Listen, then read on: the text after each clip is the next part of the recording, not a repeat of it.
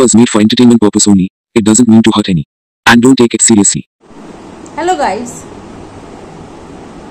আজকে চারিদিকে যে রবটা উঠেছে নিশ্চয়ই কারো চোখ এড়িয়ে যায়নি। আমারও চোখে এত ব্যস্ততার মধ্যেও আমার চোখটাও এড়ায়নি। তো আমার কথা হলো, হ্যাঁ তোমরা থাম্বনেল টাইটেল দেখে নিশ্চয়ই ঢুকেছো যে প্রীতম কে সুযোগ দেওয়া হয়েছে, প্রীতম সুযোগ নিচ্ছে না, প্রীতম আবার মানে সুযোগের অপব্যবহার করবে কিংবা কিছু, সবটা আমি ক্লিয়ার করে দেবো। ভিডিওটা পুরো দেখো। ফ্রন্টসাইড এরিয়া নিয়ে একটা তোলকালাম চলছে, তাই তো? আমার মনে হয় অনেক নিচু মানসিকতার মানুষ না হলে, আরে ভাই পয়সার তো সবার দরকার, সবার। রিভেঞ্জ তো মানুষই মানুষের উপরে রিভেঞ্জ নেয়, তাই না? কিন্তু এইভাবে মানুষের উপরে এইভাবে হয়তো রিভেঞ্জ নিতে পারে না। যাদের মধ্যে মনুষ্যত্ব বোধ আছে, মনুষ্যত্ব জ্ঞান আছে, তারা হয়তো এইভাবে নিতে পারে না। আমি যদি আমার চোখ আছে, হাত আছে, দেখতে মানুষের মতো, আচার আচরণ যদি আমি মানুষের মতো না করি, তাহলে কি সেটাকে আমাকে মানুষ বলে মানুষ উপখ্যান দেবে? হয়তো বলবে, কিন্তু পেছনে গাল দেবে যে দেখতেই মানুষের মতো, একদম পশুর থেকেও অধম। তো আমার কথা হলো ভাই, ভিডিও টু ভিডিও করো।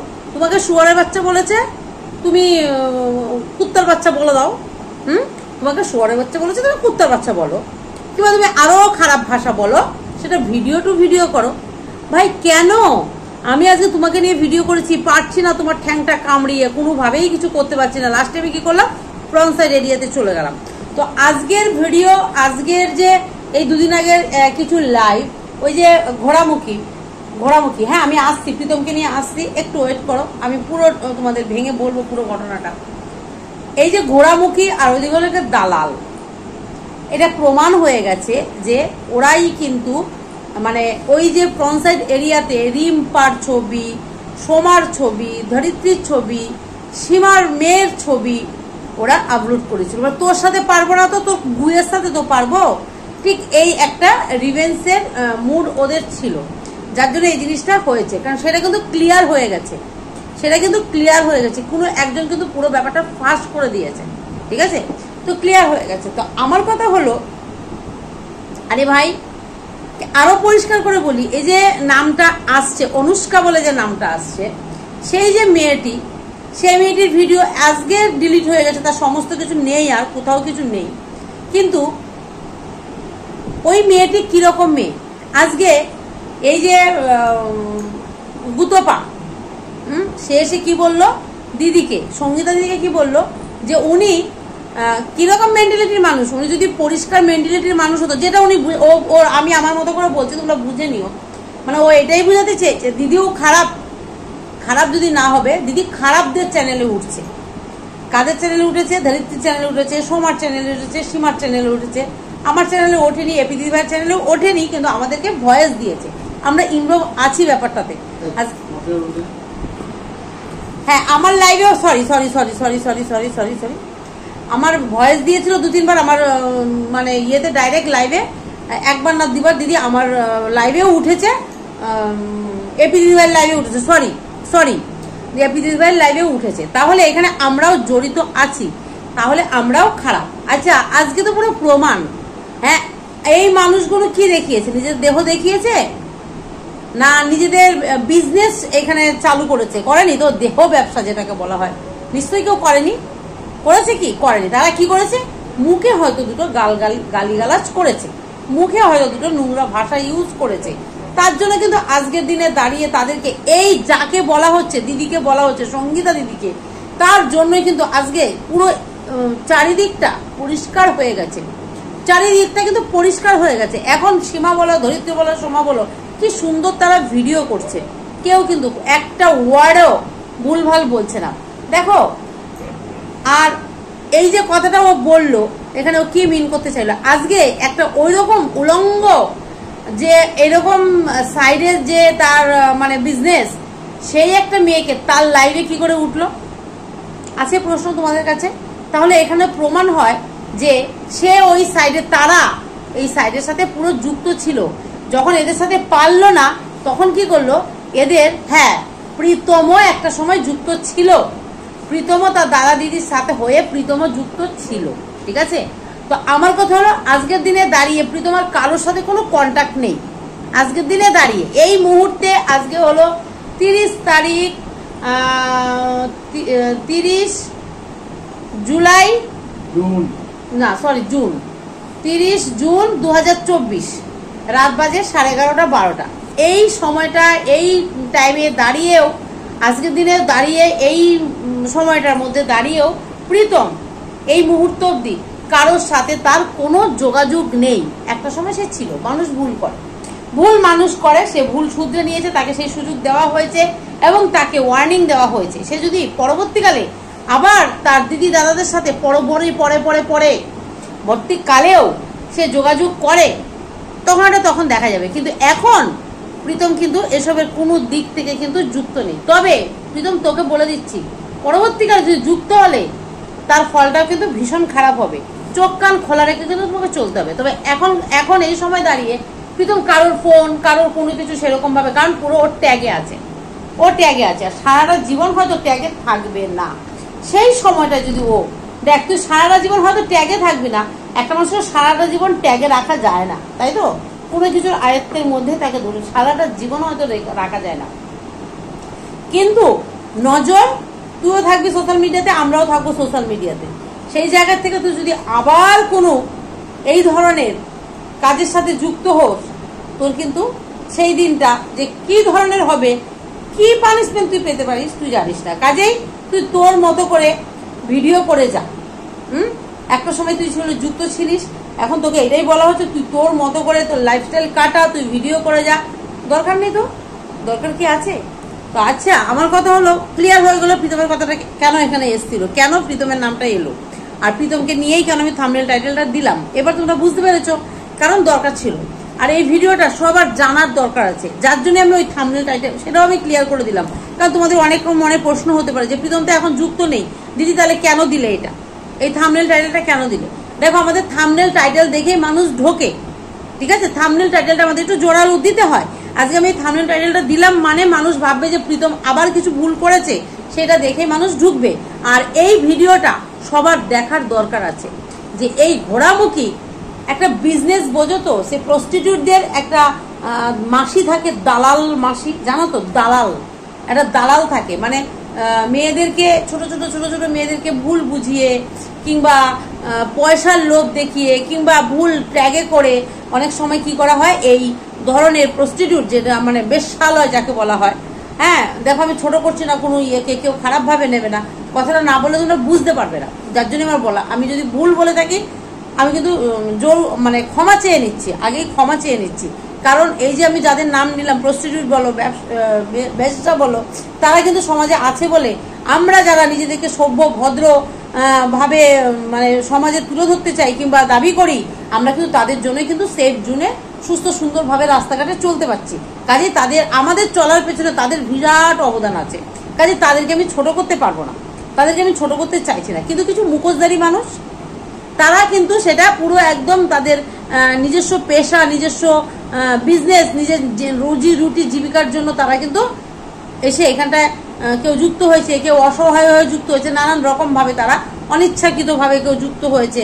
যাই হোক, নানান পরিস্থিতির জন্য কিছু মানুষ এখানে যুক্ত হয়েছে। কিন্তু কিছু মানুষ, মুখোশধারী কিছু মানুষ, তারা কি করছে, তারা যখন দেখছে পারছে না, তারা এই রাস্তাটা যুক্ত করেছে, মানে এই রাস্তাটায় তারা নেমে কি করলো, এই মানুষগুলোর ভিডিও, তাদের সাথে লড়াই করে পারছে না, তো এই মানুষগুলোর ভিডিও সেই সাইডে আপলোড করতে শুরু করে। হ্যাঁ, এবার তো পুরো ব্যাপারটা সবটা কান টানলে মাথা আসে। আজকে কেন ওই ডাইনিটার চ্যানেলে ওই অনুষ্কা নামে মেয়েটি উঠলো, ওরকম একটা মেয়েকে কি করে সোশ্যাল মিডিয়াতে, সে একটা ঘরের বউ না, সে তো একটা ঘরের বউ, তাহলে সে কি করে একটা ওইরকম মেয়েকে তার চ্যানেলে তুলতে পারে? কি করে তোলে? এটাও কি পসিবল? কি করে তোলে? তার মানে 2 এ 2 এ 4, 1 এ 1 এ 2, ঠিক আছে? তার মানে এখানে কি হচ্ছে, সে অথকথভাবে ও, আর ওইদিকে হলো গিয়ে ওই দালালটা, মানে কি বলবো, ওই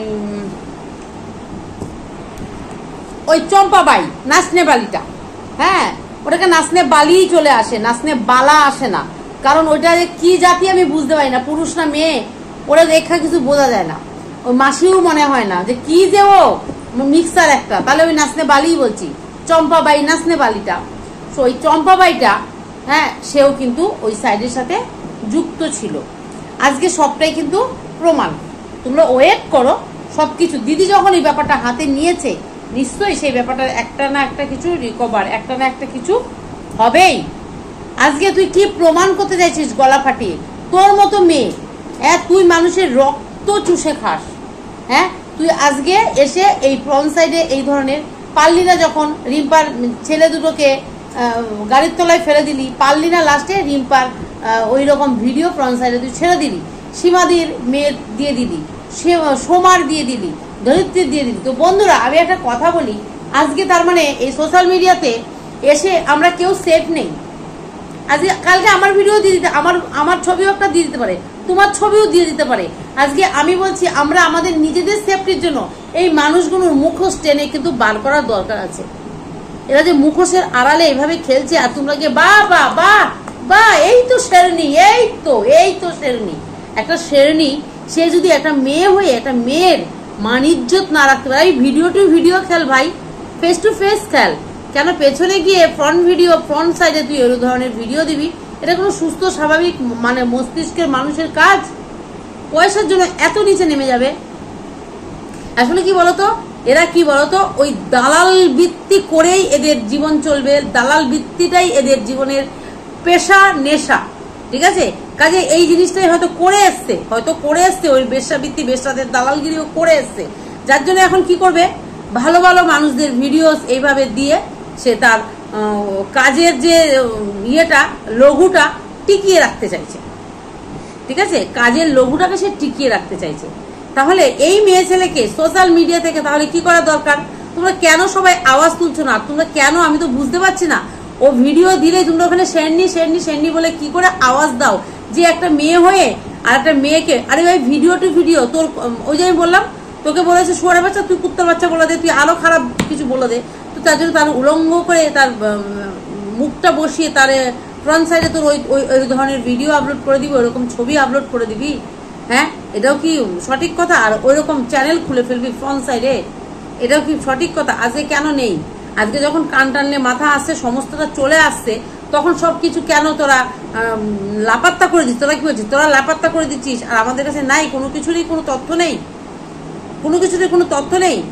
আজকে যখন নামা হয়েছে মাঠে, নিশ্চয়ই ব্যাট, উইকেট, বল সবকিছু নিয়েই নামা হয়েছে, খালি হাতে নিশ্চয়ই নামা হয়নি যে খালি হাতে নেমে গেছি এবার চলো তোমরা যোগান দাও, নো, সবকিছু নিয়েই নেওয়া হয়েছে, ঠিক আছে?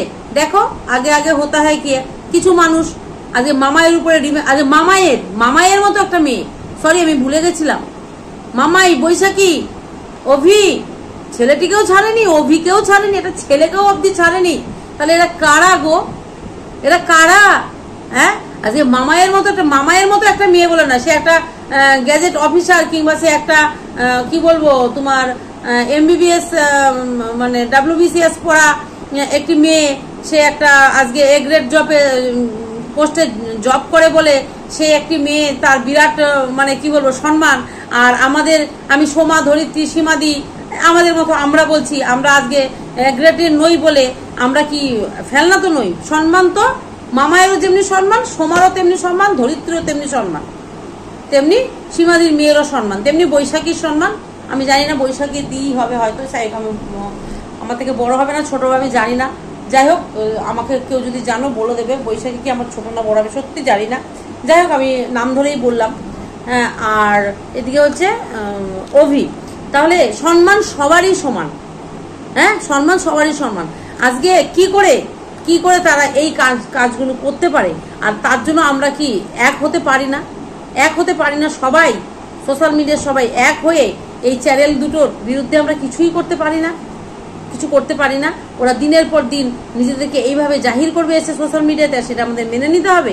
আর সেইখানে গিয়ে কিছু মানুষ নিজেদের মান সম্মানের কথা তোমরা ভাবছো না, দুদিন পরে তোমাদেরকেও না সে খেলবে, সে তো তাই করেছে, সে তো দিনের পর দিন এই ঘাতকতাগুলো করেছে নিজের স্বার্থের জন্য, নিজের চ্যানেলে গ্রো করার জন্য, নিজের দুটো পয়সা ইনকাম করার জন্য। ভাই জানা রেড লাইন এড়িয়ে চলে জানা, পয়সা অনেক পেয়ে যাবি। এইখানে বসে কেন সভ্য ভদ্র ঘরের বউদের নিয়ে টানাটানি করছিস? তো বন্ধুরা, তোমাদেরকে একটাই আমি বার্তা দিতে পারি, সোচ্চার হও সবাই, জাগো ওই মহিলার বিরুদ্ধে। হ্যাঁ, ওই মহিলার বিরুদ্ধে, আর ওই দিকে হচ্ছে গিয়ে নাচতে পারি চম্পা, এদের বিরুদ্ধে তোমরা এবার জাগো, জাগার সময় হয়েছে। আর বসে বসে একচেটিয়া হাততালি দিও না, ঠিক আছে? এটাই তোমাদের কাছে রিকোয়েস্ট। তো চলো বন্ধুরা, প্লিজ, আমি যদি কোথাও কোনো কিছু ভুল বলে থাকি, হ্যাঁ, কারণ এটা খুব একটা সেন্সিটিভ ব্যাপার, খুব সেন্সিটিভ একটা ব্যাপার।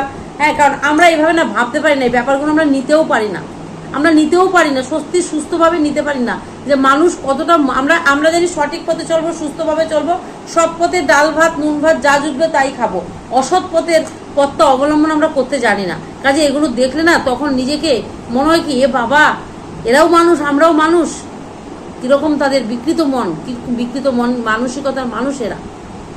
তো তোমাদের কাছে একটাই রিকোয়েস্ট, তোমরা এই চ্যানেলগুলোকে বয়কট করো, আর এত গিয়ে বাহবা করো না।